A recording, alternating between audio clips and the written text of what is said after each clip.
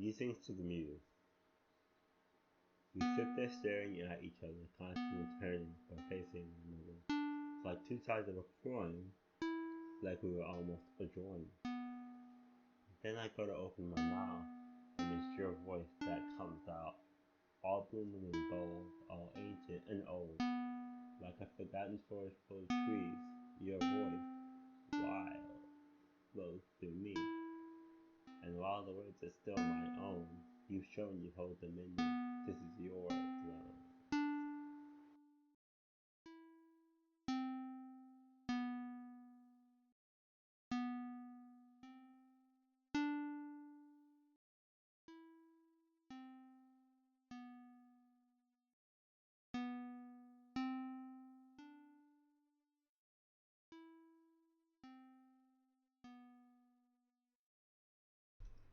This is Space Volume 1 because it's so big.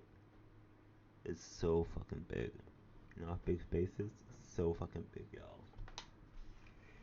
Shit. So big.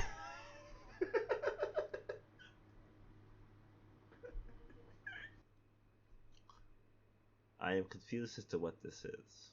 Love is a distant idea for me now. It is bigger than me. It is beyond me. Like space, space, space, space, space, and all other sorts of magnificence. And life to a degree, but I think sometimes in the dark I can hear a pulse, and it speaks to me in code, rhythmic, dynamic. The universe is waiting, waning and also vast, wailing and relentless, endless. I listen because I understand.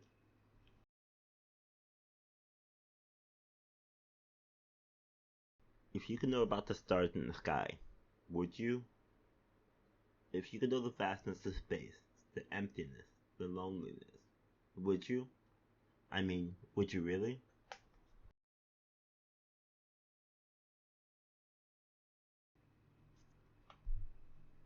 There's a loop you go through sometimes, I guess. Call it magic, call it science, but there's definitely a loop you go through sometimes when you meet people.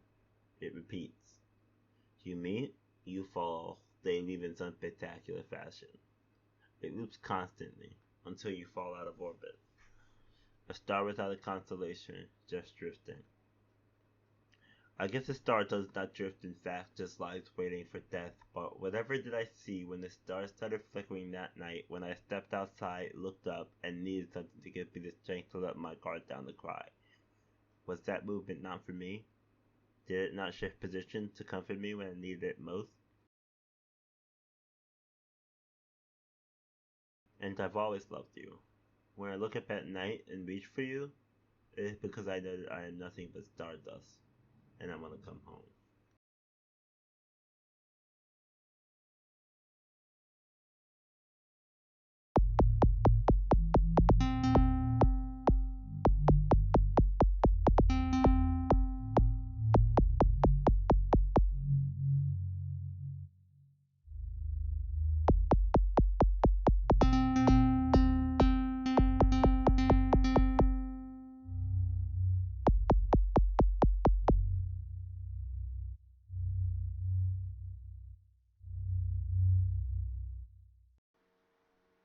Alright, we're back with another episode of Musings to the Muse. This is episode 6, I believe. Probably episode 6. It feels like episode 6. It should be episode 6. Um, According to most metrics, it's going to be episode 6.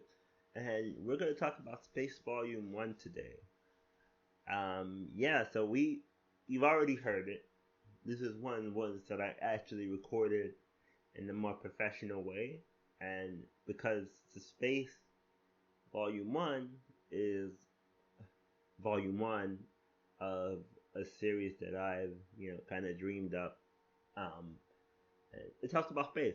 Volume 2 is about the moon going through phases, and Volume 3, which I just recently finished, I haven't recorded it yet or anything. I just basically just finished writing it not too long ago, like a couple of days ago, is about the sun.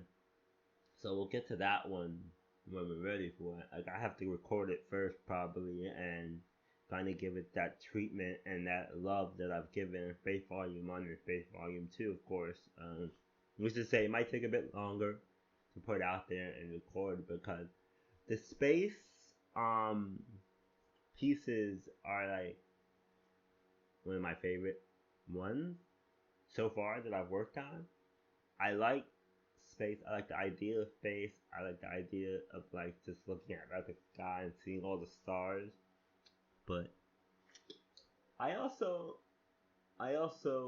like the celestial body. You know, I like moons. I like the idea that there's so much more out there, and we're just here stuck on Earth right now, right? But there's so much more out there. It's such a big thing that it's hard to even talk about space without getting all teared up because it's so big and it's so massive. Um, and that's how I start off the recording is that I'm literally saying Space Volume 1 because space is so big. You know, you can talk about space for hours. You know, it's so big. There's so much out there. It's so big. It's so big. Um, so yeah, it's gonna be a couple of volumes.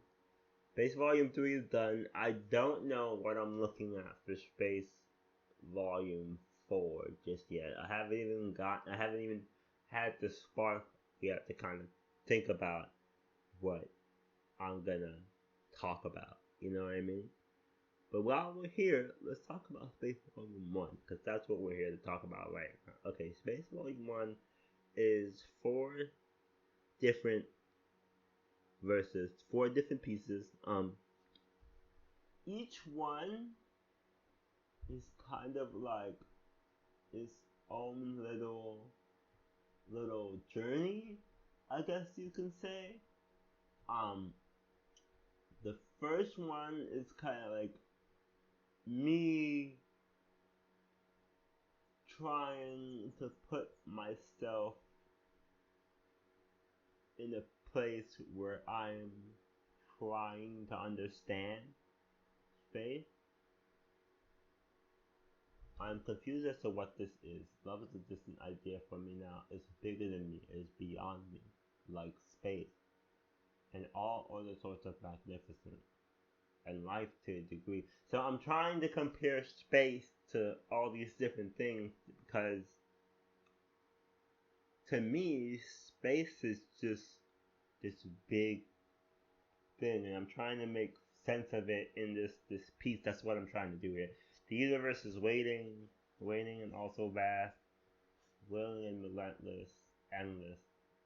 I listen because I understand, and it's like me trying to come to terms with like what space is as an idea and as a concept, just in general, you know. And it's so big, and you know I try to kind of like start off with like this part about love is a distant idea for me now. It's bigger than me. It's beyond me. Um, Sometimes in the dark, I can hear a pulse and speak to me in code, rhythmic. That should remind you like a heart maybe beating, I think, and that kind of plays up that theme of space. It's just this vastness there, but it's also kind of like a connection because we live in space. Can you believe that? The Earth is floating in space somehow, and we're just living through it. And I think in this piece I'm trying to kind of like convey that idea that it's there and we can communicate with it. We are part of it. I listen because I understand. I think that's kind of what I'm getting at with that last part. That is probably what I'm getting at with that last part. I listen because I understand. Because I can listen to faith and hear all that wailing and all that vastness and kind of just sit there and You know what I mean? Does that make sense? I don't know if that makes any sense. I'm trying to make sense of it for people that are listening to me talk, and I I get it what I'm saying, but I don't know if other people are maybe gonna understand the message behind it. So as I've been going on with the podcast, I like the format of the first read. The first part of the podcast is gonna be devoted to like the themes of the writing, and then we're gonna go back in later and talk about the actual words itself on the page and how I try to convey those themes for people who are more interested in like the technical side of stuff. That later on, but right now at the beginning of the podcast, I like kind of just going to each piece and kind of talking about the themes of what I'm talking about. So let's move on to the next part. If you could know about the stars in the sky, would you? You can know the vastness of space, the emptiness, the loneliness. Would you? I mean, would you really? And this kind of ties in back to that first part about I'm listening to space and I'm kind of like reporting back now what what I understood, what I understand about space, and it's a lot of stars. It's, there's a lot of emptiness and vastness. And if you were in space, I would assume that you would feel a lot of loneliness. So that kind of goes back to the first part. Love is a distant idea for me now. It's so far away from me, you know. So it kind of it played. Those things kind of play with each other, right? Like you're talking about love and you're talking about loneliness. Those kind of like those are not necessarily opposite, but they are on the opposite spectrum. And you could say they're kind of opposite. But love being a distant idea for me is kind of the idea that of loneliness. You know what I mean? Like those two ideas kind of are fighting each other, I guess you can say. If you have love, then you might not feel lonely necessarily, but if you are lonely, you might not necessarily feel love. But if you have love, then you know what I mean. Like if you have one, you probably don't have a lot of the other necessarily. Or if you have, you can have both for sure. That's what I'm saying. They're not necessarily opposites. They're just kind of ideas that kind of compete with each other, but they're not opposites because you can have love and be lonely. I think so, and that's how big space is. You know, you can have love and you can also be lonely. And if you look at things in like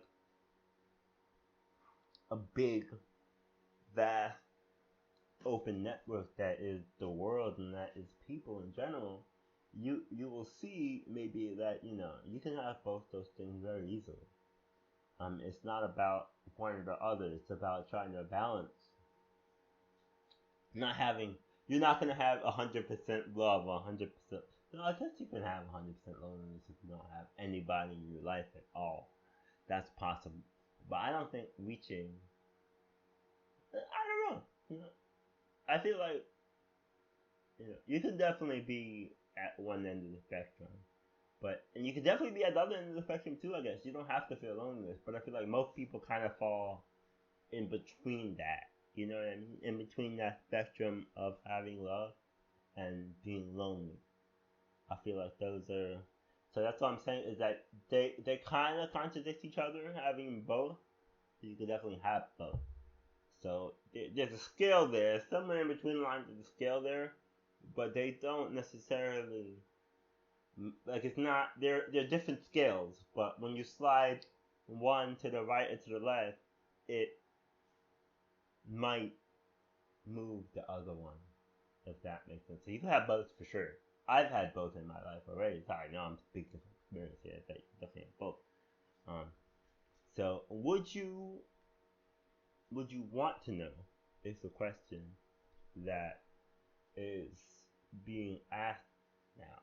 Would you want to know about the stars in the sky, would you? And I don't know. I mean, like I said, it's a very complex idea to kind of say, I know about the stars in the sky. But also, and I'm going to tie this back when I come around to that last piece too, because that last piece is kind of talking about, but we'll get there. We'll get there in a bit. So then this part over here, this is kind of like the standout part, the part 3. It's kind of like the standout part here, where you're talking about there's a loop you go through sometimes, I guess, call it magic, call it science, but there's definitely a loop you go through sometimes when you meet people. Excuse me. It repeats. You meet, you fall, you love, they leave in some spectacular fashion. So that, the loop I'm referring to, and then the next line is, it loops constantly until you fall out of orbit. So you can kind of tell it's like something orbiting something else, whether it be a moon orbiting a kind of like another celestial body, or the sun being orbited by, or a star. I guess in this case, doesn't necessarily be our star, but a star being orbited by, planets and comets and asteroids, whatever you want. But it's kind of like that idea of the orbiting kind of aspect. So it's like a loop, I mean to say. And you meet, you fall, they leave in some particular fashion. You meet, you fall, they leave in some spectacular fashion. It loops constantly until you fall out of orbit. So that's definitely like about a relationship and going through a couple of relationships. It's like a cycle of people coming and going, coming and going, coming. It doesn't have to be that way, but sometimes it is. Sometimes it's like, it happens. It happens. It loops constantly until you fall out of orbit. So I would say that could be, you could fall out of orbit for a couple of reasons, right? You could just have no reason to like continue on the loop. So let's say if you find like somebody you're going to be with for a very long time, I would say that constitutes falling out of orbit. I would say dying constitutes falling out of orbit as well. I would say just taking I'm gonna be single forever. Some people get like that sometimes, and I respect it. I respect it, But a star without a constellation just drifting. So now we're kind of getting to like very visual aspects of it. So you see this big ass star drifting through space. But the thing is, stars don't move. I don't. I mean, they move, but they move towards. It's space is so. It's such a weird thing to talk about because there's a lot of science behind it. It's a lot of like physics and astrophysics and all that stuff that kind of dictates what's going on here. But nothing. I don't think anything really stays in place. I think everything is constantly in motion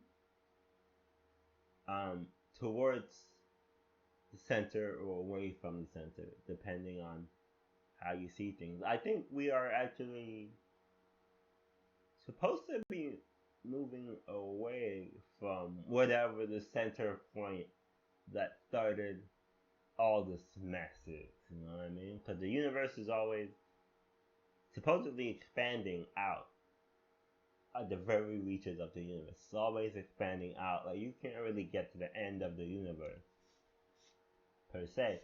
But if you were there, you would see that it's kind of always kind of creating more space.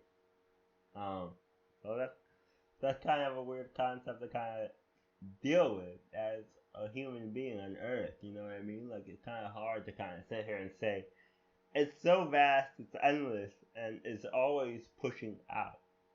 So if you were at the end of space, you would never be at the end of space because there's always more space because it's always pushing out. That's kind of like a weird idea. But so a star without a constellation just drifting. Um,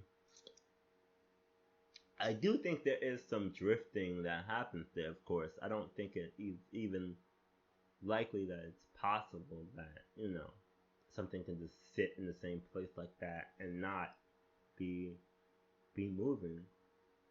Um, but it's possible that there is the idea that it may not move at all. And then this part is the star without a constellation just drifting. I guess the star does not drift, in fact, just lies waiting for death. But whatever did I see when the star started flickering that night when I stepped outside, looked up, and needed something to give my strength to let my guard down to cry, was that movement not for me did not give position to where I needed it most. So that is kind of like me trying to tell a story there. It's something that happened, something that, definitely like a real event in my life. I don't even know if I can even tell you that for certain that the stars did in fact, move at all. But that's what I saw. I looked up in the sky and I saw it, I saw them flickering. And that kind of like the moment I was like, you're here for me, ain't you? You're here for me. I believe it. But yeah, that's like the literal meaning of that. But the idea of it is that the star with a constellation is drifting. I guess a star does not drift, in fact, just like waiting for death. That line is kind of talking about the idea that I believe that stars don't actually drift. They just kind of just sit there in the same place and kind of just wait to explode because they run out of fuel and then they just kind of collapse on itself. And I do believe that's how you get black stars, when the star runs out of space and then it collapses on itself. Not a black star, a black hole. So that's gonna be kind of like an interesting concept to kind of explore one day. Maybe that'll be Space Volume 4. Maybe kind of talk myself into the idea of Space Volume 4, talking about black hole. Black hole. That's scary. Black holes scare me though. That's one thing that scares me about space. Is just the idea of a black hole existing. Unless we can kind of get to the point where we can kind of study them, I don't. I don't. I don't like the idea of a black hole. They're just kind of like this thing that kind of just sucks in whatever's around it and just destroys it. That's terrifying. That's terrifying. It really is. That just happened. How many, how much, how much stuff that just instantly just disappeared into a black hole? You know what I mean? And who knows if it's even disappearing? I would say that at the end of the day, I would believe that something goes into a black hole. If you believe in physics and what it says, matter cannot be destroyed. It can only be transferred to different forms. What happens?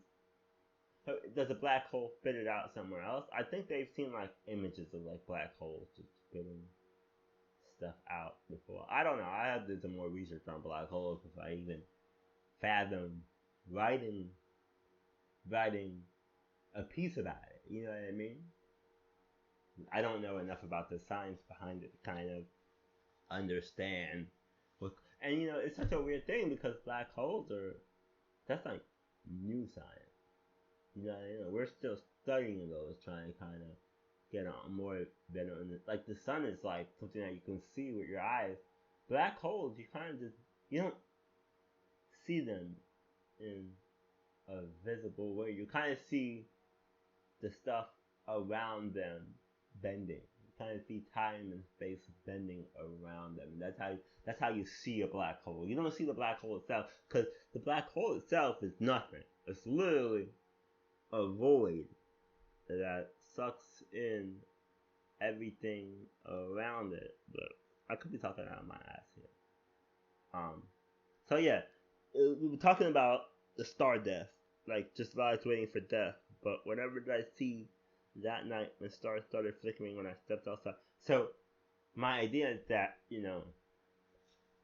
stars don't move, they just die, they just blow up. But I could tell you that I saw a star move in the sky. That's what I'm saying. It's literally what I'm saying happened. And it's like, did it happen like that?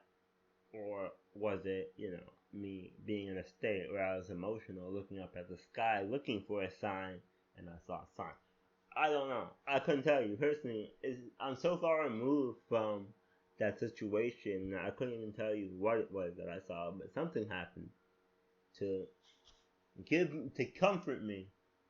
Could be my own brain reacting to the situation, but I saw something, and it helped. Whatever it is, it helps. And then this part at the end, it kind of going back to the idea that we are all kind of connected. I've always loved you. When I look up at the night and reach, when I look up at night and reach for you, because I know that I'm messing with stardust, so I come home. So that part is definitely connecting me back to part one, where I'm saying I listen to space because I understand the emptiness. Well, the first part is about me trying to relate space to all these other ideas like love. And I understand space because I understand love. And the second part is kind of like, if you could know about the vastness, the emptiness, the loneliness of space, would you? That is relating space to like human emotions of emptiness and loneliness. Well, is space lonely? How could space be lonely? Is it the idea of being in space, or is it space itself that's lonely? The answer is yes.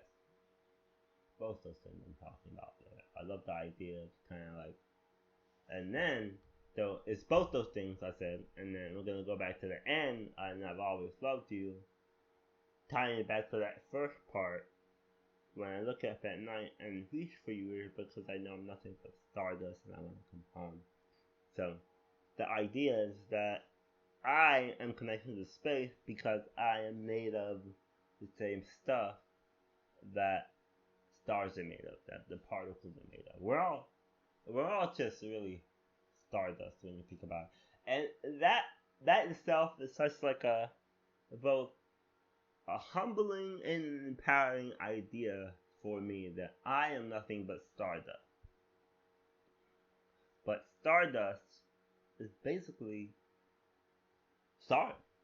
It's basically the material that makes up a star. Is the same material that makes up me and you and everybody else, and everything else in the universe is made up of these particles that kind of just came out of an explosion of whatever stuff exploded.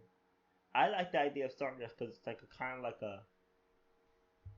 a concrete word you can put for all the space matter that happened. And it's a nice idea that stars just, we're all made of stardust. I think, not that it's a nice idea, but I feel like it's the best way to describe it to myself, and kind of like tie that to a physical thing. Like, you can see dust and say, I guess that is stardust. But you can see dust on a table and look at it and relate to that idea that dust is small and inconsequential on its own. Each piece of dust, each speck of dust, is inconsequential on its own, but when you put it together as like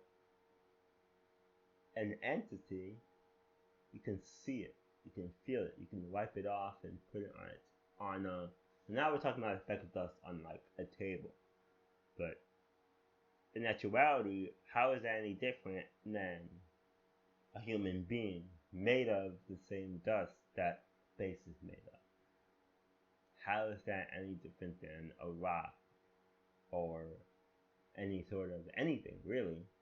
How is that any different? Well, it's the arrangement of the atoms, and life happens, mitochondria, mitochondria, and all those science words that kind of produce the difference between life and no life. But at the end of the day, it's all stardust. It's all different forms of stardust taking shape and being, I guess. So when I say, when I look up at night and reach for you, is because I know that I am nothing but stardust when I come home. It's kind of like very longingly looking at space and looking up at the sky and saying, I should be up there, bro. I shouldn't be down here. I should be up there somewhere, just kind of flying around with my star my star brethren, my star brothers, just kind of flying through space, just doing whatever it is that space is, Because I'm a star. I'm basically made of the same shit as stars are. Why am I here? What am I doing here? So the overall, I guess, idea of this one is that space is a lonely, vast place, but that doesn't mean that you have to feel it all the time. I would say that to me, it's both. It's both empty and lonely and full and loving. It's both those things. It's so big, it could be both those things. It could be anything. It could be everything. It is everything. It encompasses everything that exists. So it's both empty and full because, and so it's like the vastness, emptiness, and loneliness is part of it. But there's also that part that things exist, yes. There are bodies that physically exist in space, but because everything is kind of made up of stardust, and it's either your stardust or the vastness of space. You're that sort of general space, the void, the vacuum, if you will, of space. It's either you're stardust or you're not stardust. Those ideas kind of like, conceptually speaking, kind of hard to grasp. I think that humans are stardust and rocks are stardust and fish are stardust and everything is basically made up of stardust. It's either you're stardust or you're not. Either this or this. That's it. So when you look at it like that, you can say that we're all supposed to be wherever we are, but also we could be anywhere else too, and we should feel comfortable. We should be comfortable flying through space because that's where we're supposed to be. If we're there, we're supposed to be there. That's kind of my. I don't want to say that in terms of like general. I mean that into like a very macro sort of sense of the idea of being. I don't mean like oh, if you got stabbed one day and you deserve to get stabbed, yeah, don't think about it in terms of micro situations. I just mean in terms of like macro. I mean, the bigger picture is that you kind of belong, really, because who can tell you that you're not supposed to be somewhere? Who can tell you that you're not supposed to be? You're stardust. You're literally the same stuff that stars are made of, right? Don't let anybody tell you anything different either. You're fucking stardust, baby. You should be either in a star, which is magnificent, or you're here right now, which is also fucking magnificent, bro. The fact that you're sitting here able to listen to this is magnificent. The fact that we're able to go to space is it's all magnificent when you really think about it and you really think about the macro of it all. And when you let go of thinking about the micro situation, you kind of look up and say, it's so much bigger than me, yes, but I am also a part of it. You see what I'm saying? So those ideas are contradictory. Is that contradictory in the sense that it's so big and vast, but you're also a part of that bigness and that vastness when you want to sit down and think about it.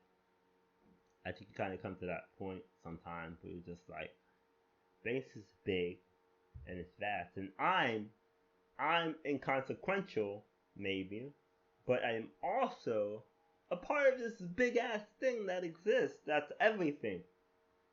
So that's kind of like the idea. It's like I said, it's a very weird concept to kind of say, especially that stardust idea is the key to, I think, the meaning of the whole piece. I think is that I know I am nothing but stardust, and I want to come home. So for me, I I would love to go to the stars. I would love to travel and kind of just be on, be out there in space on the spaceship. I think that's where we're headed because, well, let me tell you what I think about the world. That's for another piece for sure.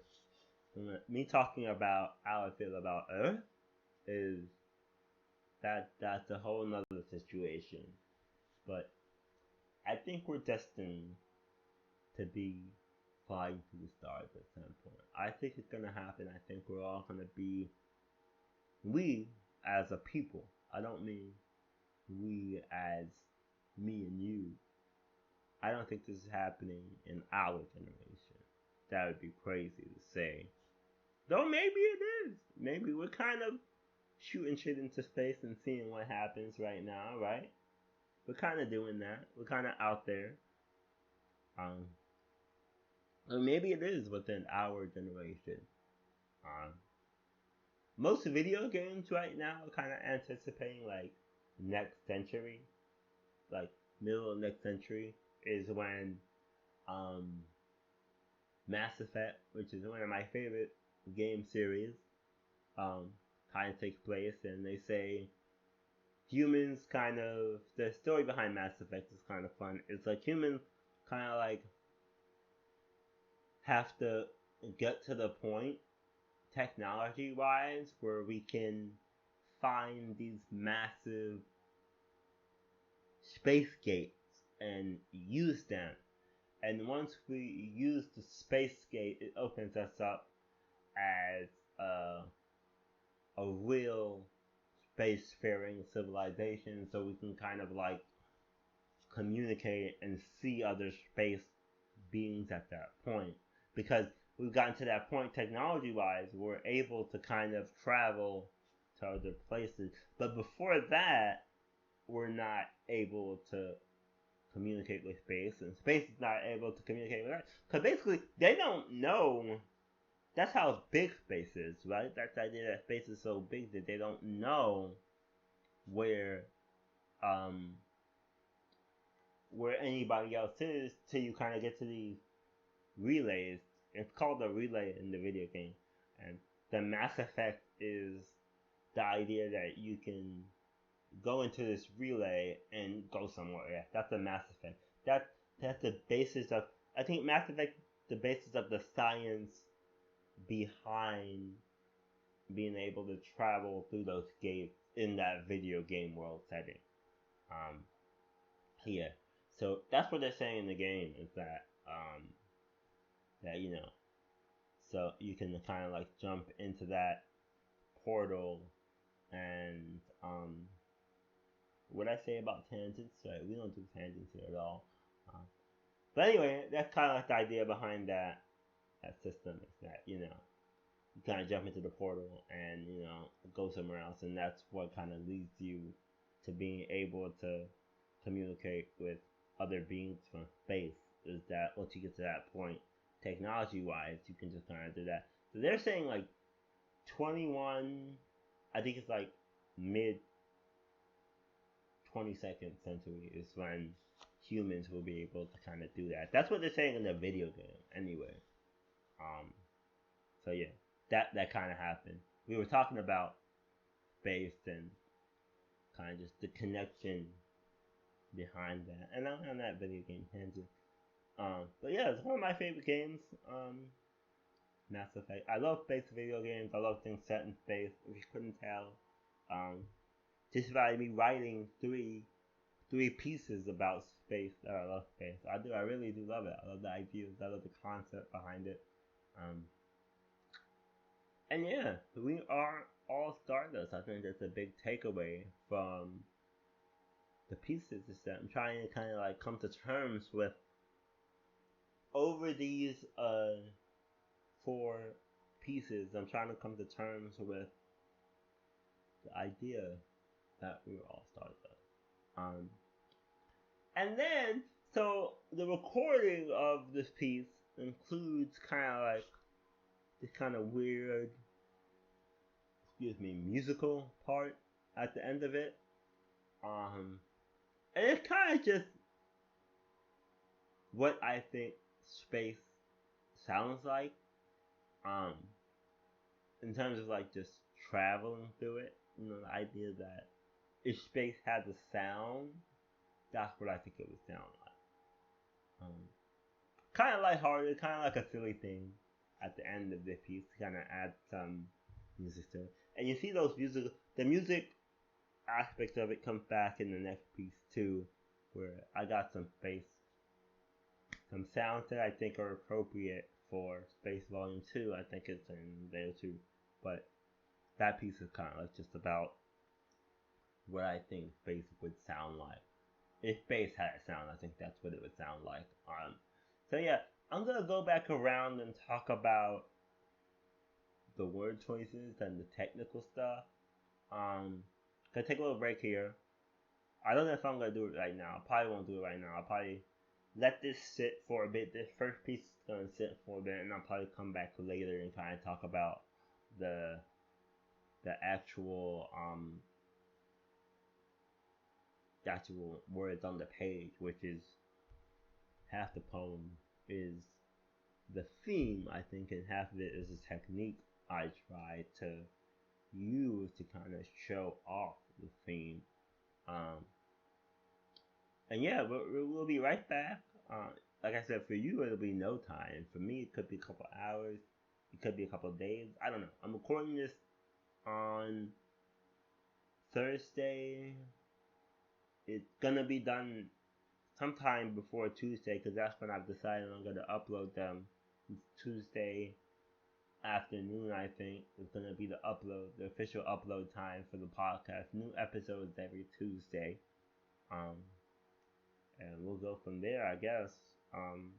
Not sure what I want to do next week yet, but we'll get there when we do. So yeah, be seeing you. Bye for now.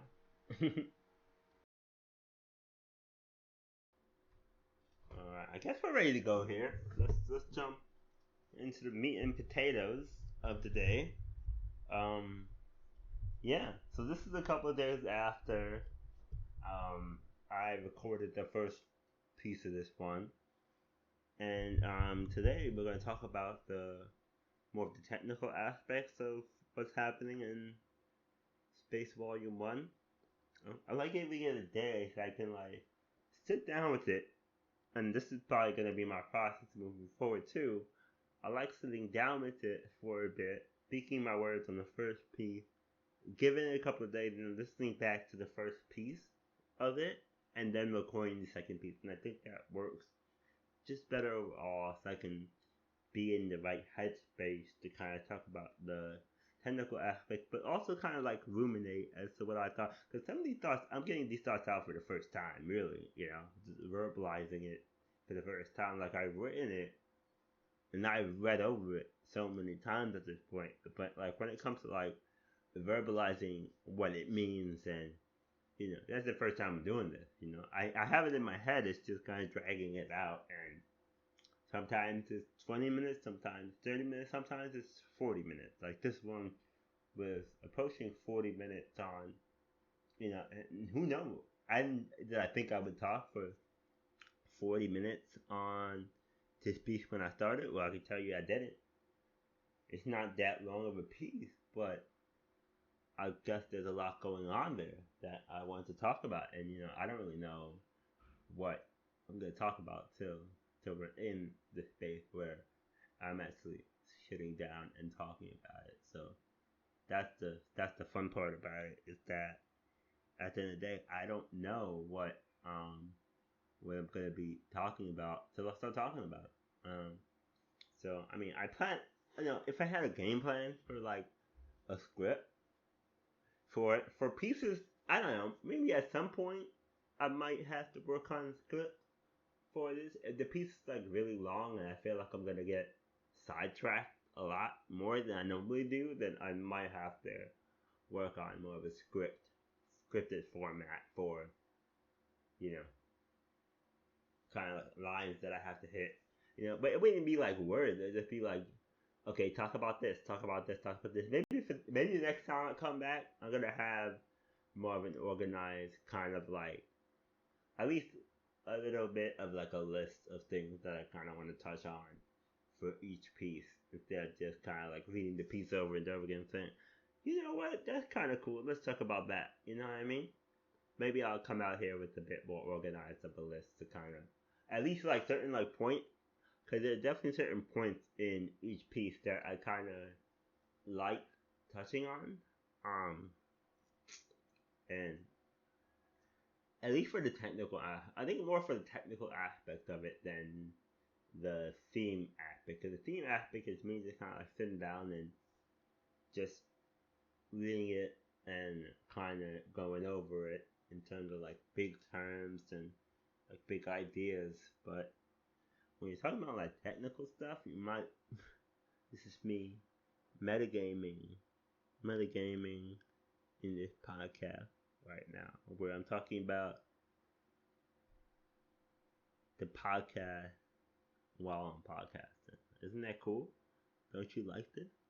Isn't this what you came for? Unadulterated thoughts, you know, from the brain. Yeah, I might just keep it like this because I like this. I like this format. I like how we're doing it right now. So I'm not changing nothing. The realization hit that if it works, then what's the point? What's the point of changing anything? I like it. It's fun. I like it. It works for me. It works for me. Let's get into the work of the day, though, shall we? Um, Space Volume 1. So, like I said before, we're trying to talk about,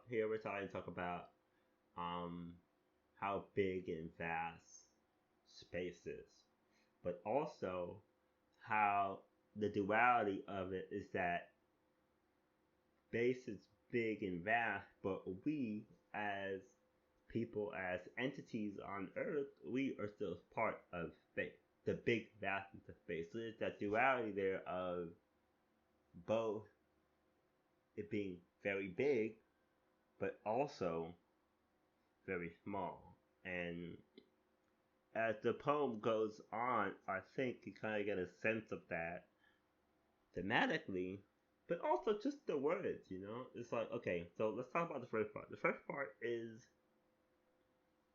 I'm confused as to what this is. Love is a distant idea for me now. It's bigger than me. It is beyond me, like space. So right there, I'm literally just saying it's bigger than me. It is beyond me, like space. I'm saying love is love and me are both very related to space. And I like that idea. I like the phrasing there because it's like it's bigger than me, it's beyond me, like space. And then that part kind of echoes out. Like if you're listening to the audio, I didn't do the echo when I was reading. It was like space, space, space. Kind of, so you can grasp how big space is, just like there's an echo on space.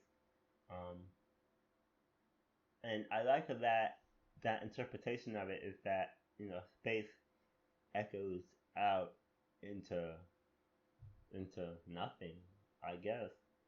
Um, but also, and then we're gonna come back to this later on about the size of space and how big and vast it is. Obviously, that's a big part of it. Is that the vastness is so much.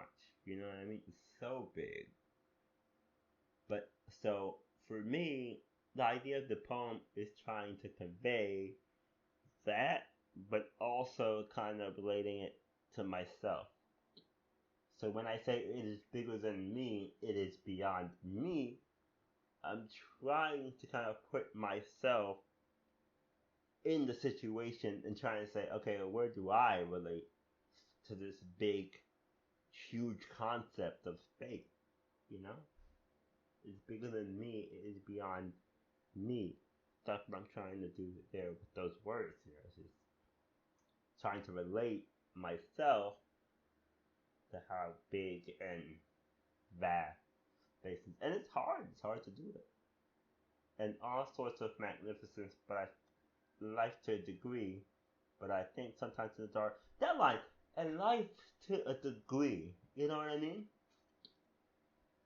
A fun way to phrase that, because it's like, life is kind of like a throw off point, you know what I mean? Even though life is so big in and of itself, in a human's life, it's like a big deal to each human, but it's kind of like a throw off point. It's like in all sorts of magnificence and life to a degree, but I think, and I just kind of like roll by that point, you know, it's not important at all, basically, is what I'm trying to do there.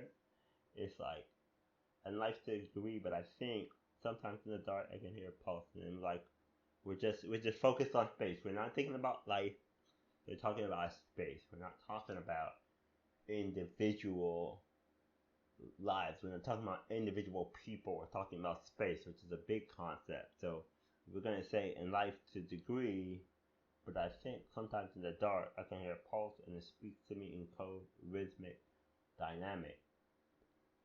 And then you kind of get these lines which are kind of like there's a rhythm to them. The universe is waiting, waning, and also vast, wailing and relentless, endless. And that's kind of like supposedly what I'm hearing. That's it. That's the pulse that I'm hearing, and that's it written out basically. And the rhythm will kind of give you that impression. I think the universe is waiting, waning, and also vast, wailing and relentless, and that rhythm. You hear it? It's like waning and also vast, wailing and relentless, endless. It is like a rhythm to how those peaks. It's a slow rhythm. It's not like a fast rhythm, but there's like a rhythm there. You know what I mean? And yeah, it's kind of like you're in space. You're basically just listening to space. It's not gonna be fast. It's gonna be slow. It's gonna be, you kind of just traveling through the stars or whatever, right? And that's the impression I kind of want to get from this piece is that we're traveling. This is not necessarily a traveling song, but it's definitely about this part at least is like kind of exploring space and what it is. Um, Especially that part, the universe is waiting, Waning and also vast, whirling and relentless, endless. It's like that part is somebody talking about space from space itself. You know what I mean? I think that's the best way I wanna. That's how I'm gonna describe it. That's how I think it's the best way to kind of interpret it at all is to say this is definitely someone who is in space, and they're kind of like sitting there traveling, and I listen because I understand. And that line ties it back to that first paragraph where I'm trying to kind of like say, well, I'm trying to relate to space as a concept, and it's just about listening and perceiving, kind of just trying to understand. And I listen because I understand. I listen because I understand, and what I understand is that rhythm that it speaks. So it's space speaking and me listening because I can listen, because I can understand it. At least in terms of like the author and the viewpoint that we're taking. Not the author. I'm the author. The narrator, the speaker of the poem, kind of can understand and listen to space. Supposedly, I don't know. I wouldn't know. I wasn't there. Hmm. Now, moving on to the next part now. If you could know about the stars in the sky, would you? If you could know the vastness of space, the emptiness, the loneliness, would you? I mean, would you? So that line, you're definitely not asking a question. Who are you asking the question to? And who are you in the senses? Those are the questions that you probably want to ask yourself. Who am I talking to? If you could know about the stars in the sky, would you? If you could know the vastness of space, the emptiness, the loneliness, would there's that rhythm again from before when I talked about the rhythm of space. It's like that should kind of, and the words are the same words I used before too. It's the vastness is the same. I think it's just the vastness that I used twice. Yeah. So the vastness of space, the emptiness, the loneliness, and it's kind of like a challenge. It's like I'm challenging you to kind of think about things in a different way. Think about it as, yeah, the stars in the sky. If you were there, would you be able to handle that? And I guess it's like almost like a challenge. Excuse me. I think it's like a challenge to like somebody who might want to get to know me in general because like I said, I relate to space. So if I'm based in this case, I listen because I understand. I'm trying to say, as you already know, if you read ahead in the poem and reading it back, you would already know that I know I'm nothing but stars.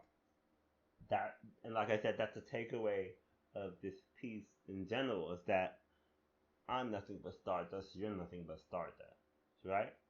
I said that in the last. I said that in the last part. That's the big takeaway from the piece is that we're all kind of made of stardust, and that was like. I don't think that's the only takeaway, but that's like a big part of it. Is that idea that we're all basically stardust at the end of the day. Um, so now we're talking about okay, we're trying to relate. I'm trying to relate to another person, but also trying to kind of. I'm saying these words. If you could know about the stars in the sky, or at least the viewpoint that I'm taking here, is saying that if you could know, it's like a challenge. If you could know about the stars in the sky, would you? Would you know? Would you take the initiative to kind of sit down and try to understand it? Because it goes back to that last piece. I listen because I understand. And I'm saying, if you listen, would you understand? And it's definitely a challenge. Would you really? You know what I mean? I'm definitely challenging someone to say, hey, it, it might make you uncomfortable, being in the vastness of space, the emptiness, the loneliness. Those are not necessarily positive things for most people. It's not a positive emotion to feel. But maybe there's something to be gained by exploring these kind of ideas of the vastness of space, the emptiness, the loneliness. So that's what I'm trying to say there, I think, with those words is that yes, it is, but maybe if I'm asking you if you could know about the stars in the sky, would you? If you could know the vastness of space, the emptiness, the loneliness, would you? Then there's something to be gained from that, and I think that part, like I said, it kind of relates to, if we're talking about the last part, the stardust aspect of it, then we're bringing it back to that idea of stardust before we even get to that part about stardust. That we're saying, yes, there is something here to be looked at, to be understood. Are you willing to kind of take that journey? Now you can take that any sort of way you want. Um, like I said, this next part is definitely about like a relationship of some sort, between possibly two people. That was the theme that I was going for. But there's a loop you go through sometimes, I guess, call it magic, call it science. That part is like definitely like just kind of like the idea between magic and science. You're looking at the stars in the sky.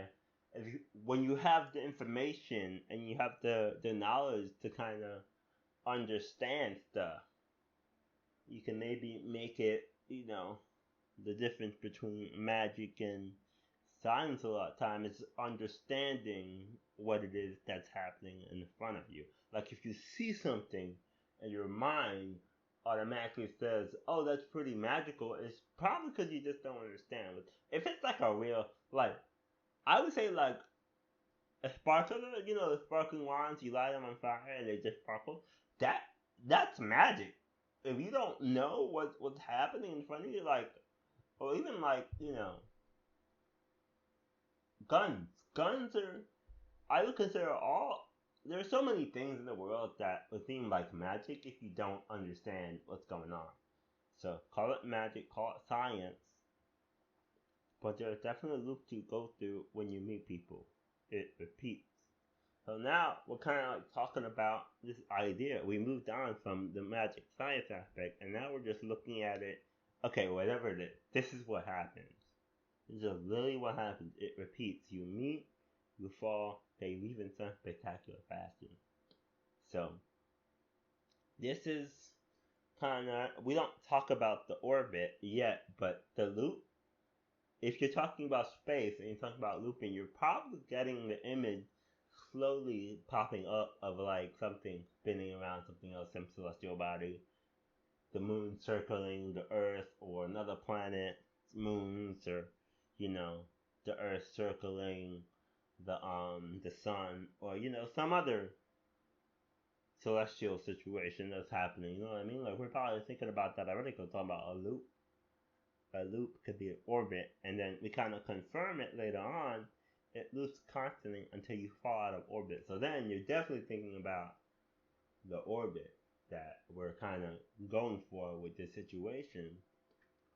It loops constantly until you fall out of orbit. You meet, you leave, you meet, you fall, they leave in some spectacular fashion. It loops constantly until you fall out of orbit. So yeah, we're going back to that first point where talking about a loop, call it magic, call it science, because you don't know what's going on. You can't describe it. You don't understand. But there's definitely a loop you go through sometimes when you meet people. So you're looking at a situation like, is it magical? Is it science? Is it scientific that these things keep happening to you? Possibly. Who can know? Who can know if it's magic or if it's science? Sometimes you don't know. Sometimes you're just like, this person is so, you know what I mean?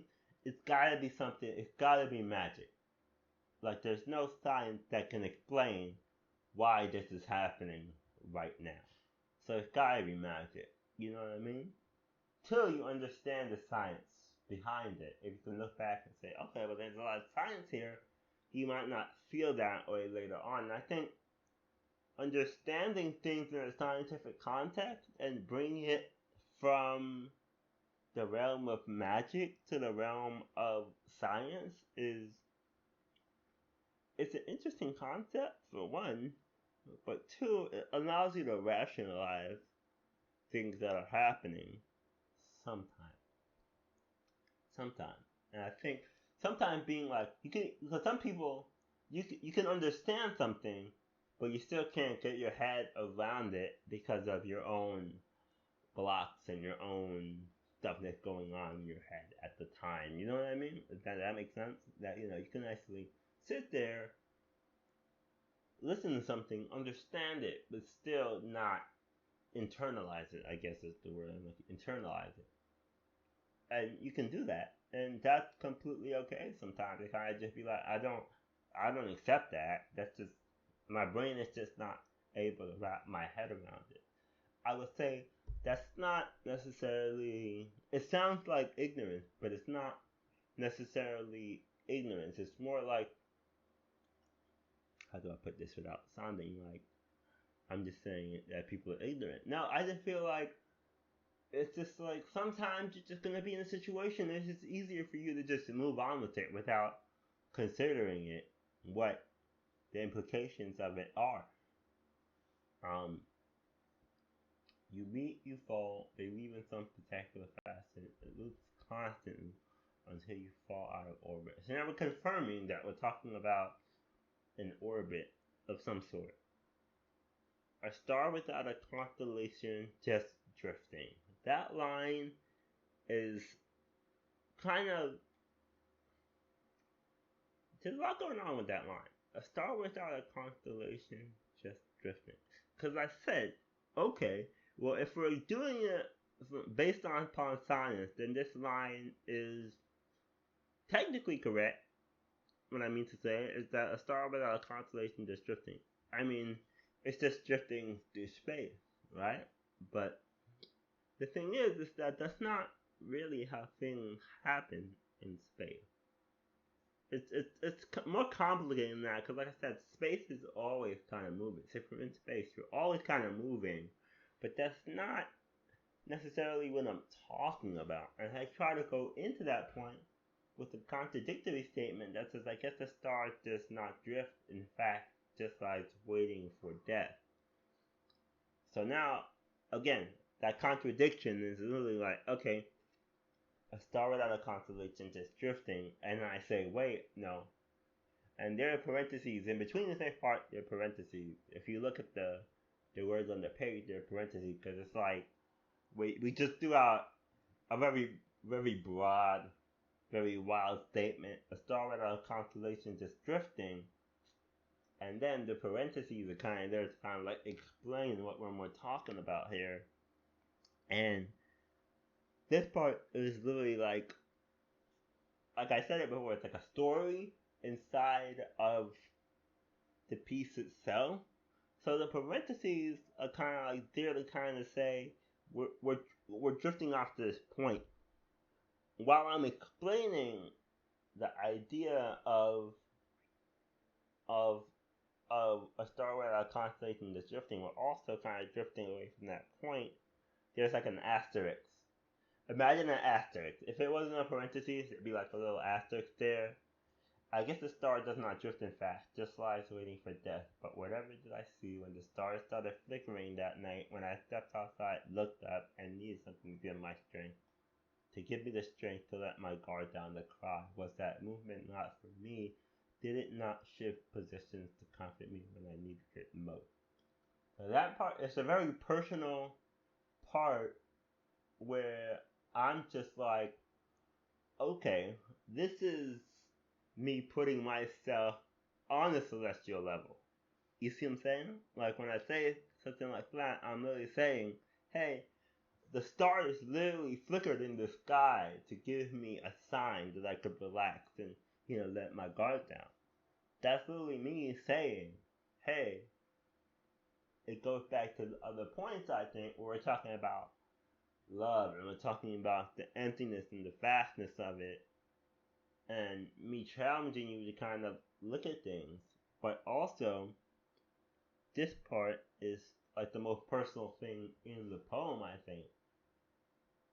Is like me relating a story where I'm literally like, hey, this happened to me this is me kind of conferring with these stars in the sky and saying, "Hey, this happened. This is me connecting with the stars." You know what I mean? So this is like the most personal part in the whole piece, obviously. So I'm literally telling the story that happened to me in the parentheses of it, like it's like a little aside, like we're literally taking it to the side and saying, "Hey, dude, this happened." I guess the star does not drift as fast, just like waiting for death. But whatever did I see when the stars started flickering that night when I stepped outside, looked up, and these had to get myself out of the car. So it's even like I read it like that because it's literally like an aside. It's part of the poem, but it's also like an aside. The idea is like an aside of the poem itself.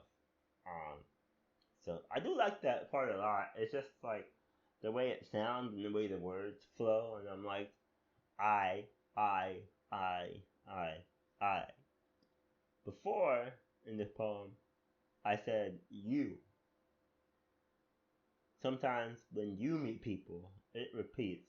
You meet, you fall, they leave in some spectacular fashion. You lose constantly until you fall out of orbit. That's like a lot of you. The last part is if you could know about the dark sky, would you? If you could know the vastness, the emptiness, the loneliness, would you? I mean, would you really? So if that's not personal, I could be talking about myself, but I'm not talking about myself in terms of I'm looking at it as I'm a you in that case. If I am talking about myself in those pieces. Maybe I am, maybe I'm not. That's not the point. The point is that there's a challenge there, whether it's to me or whether it's to you, is anybody's guess. But this part over here, we're talking about a star without a constellation is drifting. That part is literally me. Like, I guess a star that does not drift in fast, just like waiting for death. But whatever did I see? So you see what I'm saying? It's more personal. That part is definitely me saying something that happened to me. And the distinction there is important because I feel like that is the personal aspect of it. And then we're going to go forward into the next piece and we're going to stay on the I now. And I've always loved you. When I look up at night and reach for you, it is because I know that I am nothing but stardust and I want to come home. So it's like me and space having a little talk there, you know what I mean? So it kind of continues that theme of what happened in that last piece where I'm literally looking up at the sky and saying, "Hey, that's really cool." It's like me kind of conferring with space in that part. But then I'm in the next piece and I'm like, "And I've always loved you. When I look up at night and reach for you, it is because I know that." So space is an entity in this case. And I'm saying space is an entity. I'm saying space is something that you can confer with and talk to. So I'm really saying I've always loved you. I'm making it an entity. I'm giving it entity status by saying I've always loved you. Like it's something that I can love. When I look up at night and reach for you, I can actually reach for it. It's there. I can reach for it in the sky. I can reach for the stars in the sky. It is because I know I am nothing but stardust and I want to come home. I know that I am nothing but stardust. I know that I am nothing but stardust and I want to come home. So it's you, I. In that last piece, and that's a continuation of the story. You can also consider it a continuation of the story, and a more like a clarification of the story as well. If you want to be honest, it's like, okay, well, did not shift position to comfort me when I needed it the most, and then I go on to say, and I've always loved you. When I look up at night and reach for you, it is because I know I'm nothing but stardust and I want to come home. You can kind of continue that thought from before, where I'm looking at the stars. You know what I mean? I'm looking at it. It's something happens up there. I say that's for me, and I relax and I let my guard down. But then also I'm there and I'm like looking up at it still probably, and I've always loved you. I'm reaching for you. You know, there's like a connection there between me and the stars, and I'm trying to like let you know I've always loved you. When I look up at night and reach for you, that's that connection. I'm trying to connect with them, but also it's because I know that I am nothing but stardust. And like I said, that's the takeaway from the whole poem is that I know after all this thought that I am nothing but stardust as well.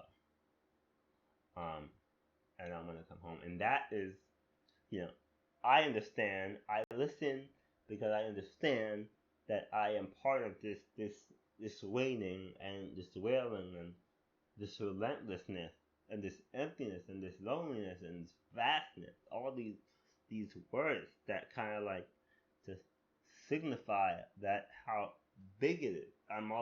But I'm part of that. So it basically the words here are just trying to say, yes, space is so big, but also at the same time, it's not supposed to be scary because you are a part of it. You know what I mean?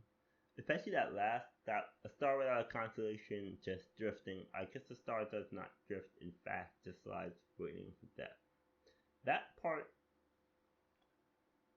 is basically like I said, it goes from you to I. And I think that's an important transition when you're thinking about things in terms of like personally versus impersonally. Like I said, the you, it could be me I'm talking to, but you know I'm talking to about me when I say I. So I'm probably not talking to about me if in the next line I say I. Does that make sense? I feel like that makes a lot of sense in terms of like the you and the I, like where I put these things. It's like when I say I is different than you, but it could also be that I'm definitely the I. You know what I mean? But an I could also be the you as well. You know, the person writing this out could be either one, but they're definitely the I. You know what I mean? You meet, you fall, they leave in such spectacular fashion. It loops constantly until you fall out of orbit. It's the ultimate constellation. So that line, it could be talking about something that happened to me. Not confirmed, but now this next part, which like I said, is like a little aside. There's like parentheses there. You're gonna take it as a different. It's connected, but also its own little blurb. That's why, and it starts off with a contradictory thought. Is that I guess the thought that's not drifting as fast just lies for that, which technically is a true statement, but also like I said, because the universe itself is always expanding out, and nothing really stays in place. You kind of just move along with everything else around you. So the space around you is moving, but if you're like on Earth, you wouldn't know. You can't tell that we're moving through space right now. You can't feel it. You could look up at the sky and say the moon is moving through the sky. What does that mean? Does that mean that we're moving? No, that technically means the moon is moving. If you look at the sun now, the sun is the one that's not moving. Yet, if you look at, when people were trying to figure out like the stars and stuff like that, there are two models. There was the heliocentric model, which came out way later when people kind of deduced that the sun is actually stationary and we move around the sun, or I can't remember what the other one's called. But basically, they couldn't tell if Earth everything moved around Earth or if we moved around the sun. And obviously we figured out at this point that no, the sun sits in the middle, and we move around the sun. Um, and these kind of ideas are kind of fun to kind of explore the difference between them, because if you think you're literally the center of the universe, that's a different mind state than saying no, we're actually just a body spinning around another body that is stationary in the middle of the universe. It kind of puts a whole different spin on how you might perceive yourself. Because if you literally think you're the center of the universe and everything's just kind of happening around you, I would say that maybe you would see yourself as a bit bigger and more important than if you would say, no, we are spinning around that big bright thing.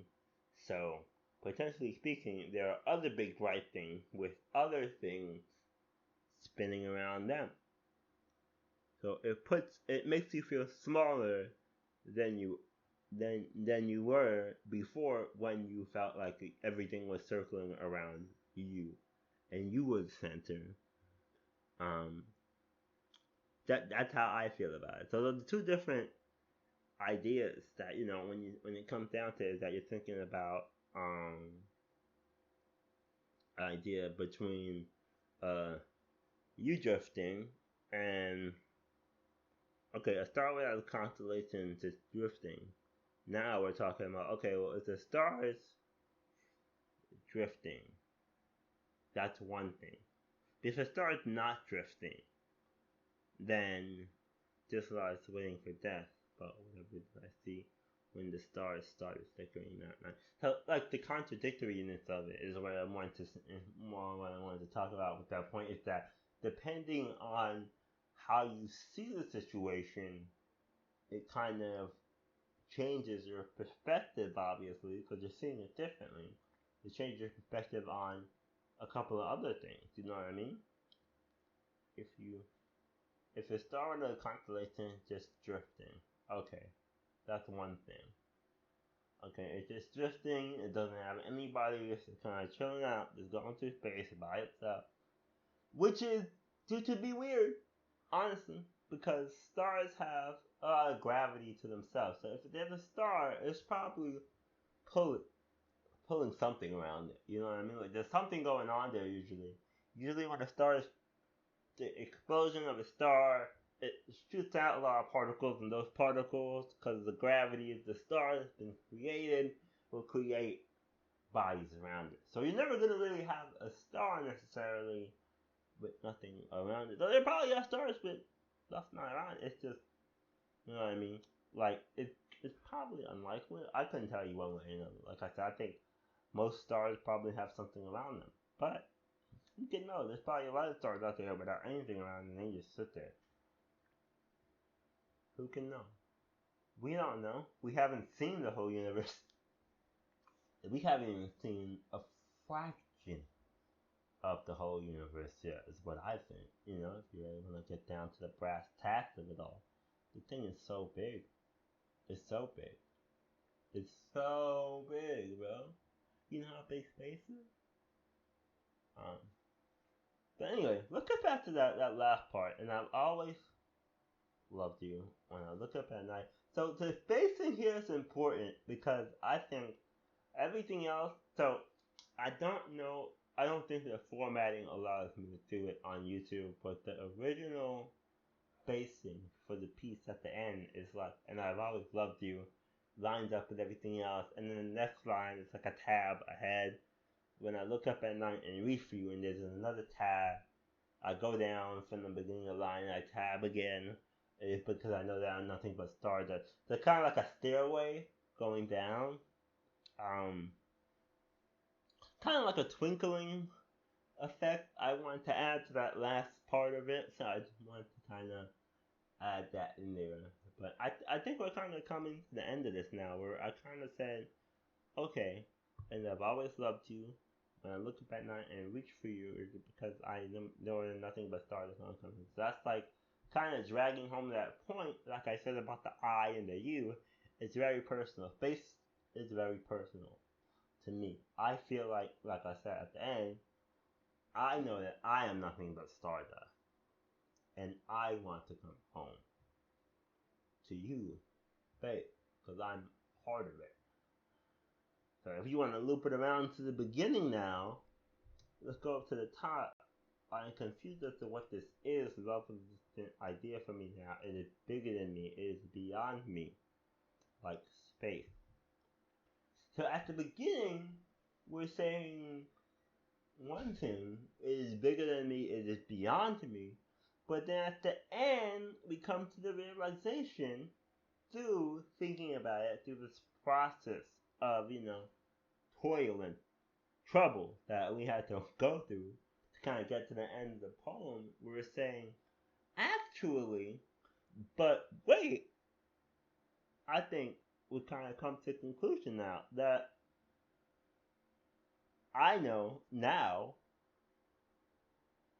that I am part of space. It is bigger than me, it is beyond me, like space. Says, no, love is distant, it's big, it's beyond me, like space. And then we get to the end, and now I already said, and I've always loved you in relation to space. When I look up at night and reach for you, it is because I know that I am nothing but thought. So you can almost see that as like kind of like a self-love message there too, because I'm looking up at space and saying I'm a part of you and I love you, right? And at the beginning, we said, nope, it's beyond me. I can't do it.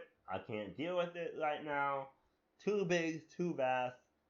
All that stuff is up there. I can't deal with it. Just like love, it's too big. But then at the end, we kind of come back around and say, hey, but actually, wait a second.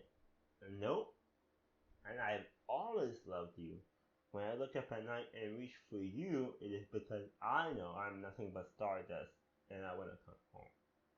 So it's saying, we bring it back around. You know what I mean? We bring it back to that original point and we contradict that original point by saying, no,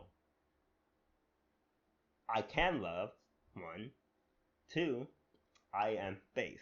As opposed to what I said before, love is a distant idea for me. I can't love. I can't grasp it. I can't figure that thing out.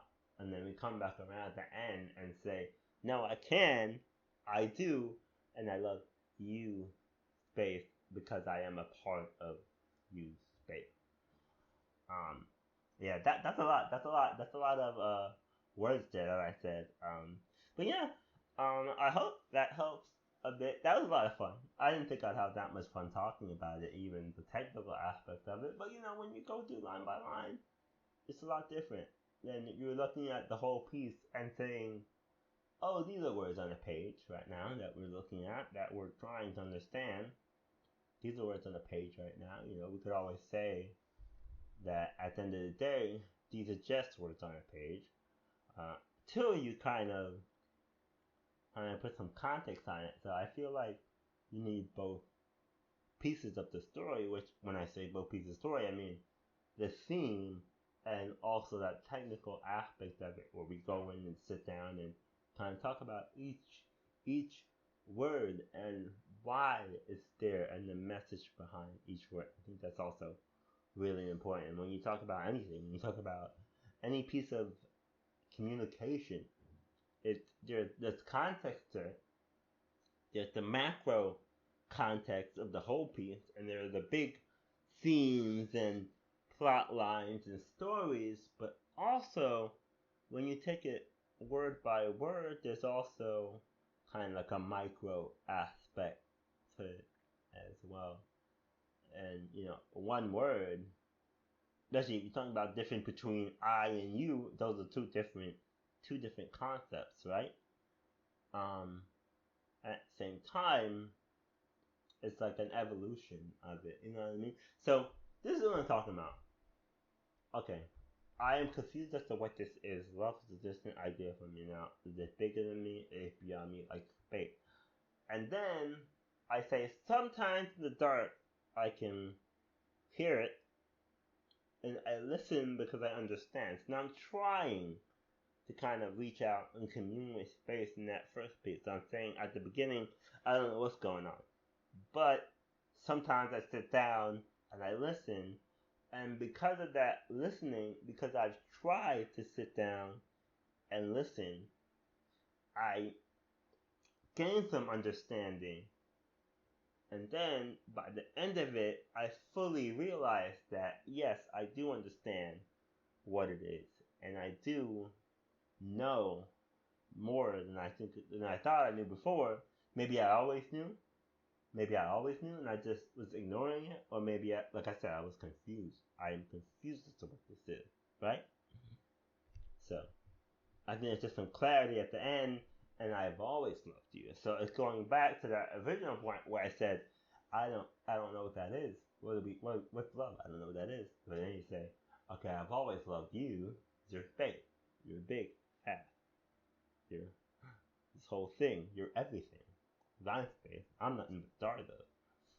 You're nothing but stardust, baby. And don't let anybody tell you anything different. You are nothing but stardust too. So put yourself in this poem. This is a good one to put yourself in and say, I know I'm nothing but stardust. But that's enough. That's enough. That's a lot.